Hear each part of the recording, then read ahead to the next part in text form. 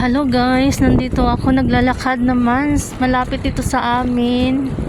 Oh, ang ganda ng halaman dito. Oh. Ang ganda na niyang kulay kasi palamig na eh. Ang ganda ng kulay niya. Nag-yellow na siya. Dito naman sa kabila, oh, ang healthy ng mga halaman dito. Ang dami pang ibon doon. Diyan ako nag-exercise guys noon. Diyan sa ibabaw. Sa taas. Sa taas pala. Sa taas niyan on the tulay. May tulay yan dyan. Doon ako nag-exercise. Mag-jogging ako minsan. Ngayon tinatamad na ako mag-jogging. Pero subukan ko ulit na mag-jogging. Kasi ginawa ko yan noon eh.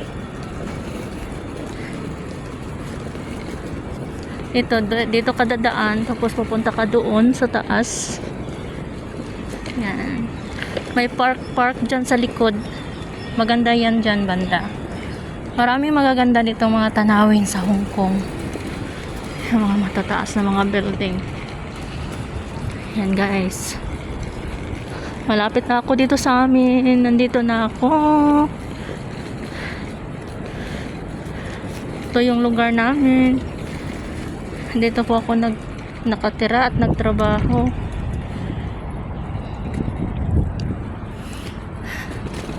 Walang sasakyan, tatawid tayo. Dito din maganda ang mga halaman dito, tinitrim nila. Diba? Oh, ganda. Yan. Dito banda, the arts. Dito Harborside, ICC, W Hotel, Colinan, Sorrento. Yan, waterfront to na building. Dito lang po to sa Elements. Ang ilalim nito guys, yung dinaanan ko dito sa ground, ang ilalim nito is mall. Shopping mall. Malaking mall. Pero ang pinakamalaki pala na mall dito sa Hong Kong is yung Harbour City. Akala ko yung Elements kasi ang laki-laki. Ang Harbour City pala ang pinakamalaki dito na mall. Na-search ko sa Google eh. Oh my god. Ganda na mga halaman dito na mall. Oh, tingnan mo din dito sa baba.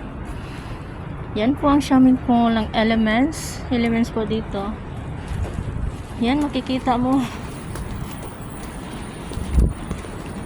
Yan guys. Maganda dito. Ang daming magagandang mga tanawin dito sa Hong Kong. Mayayaman kasi ang Hong Kong eh.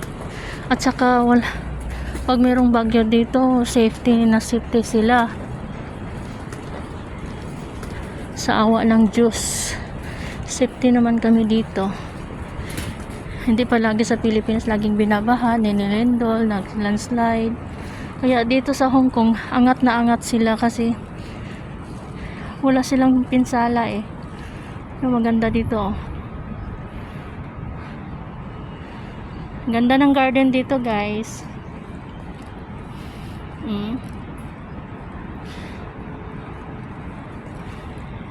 Diba maganda? Pupunta na ako doon. Nagantay na yung security guard na buksan ako. Char. Papasok na po ako sa amin. Okay guys, see you. Bye bye. Thank you for watching. Have a good day.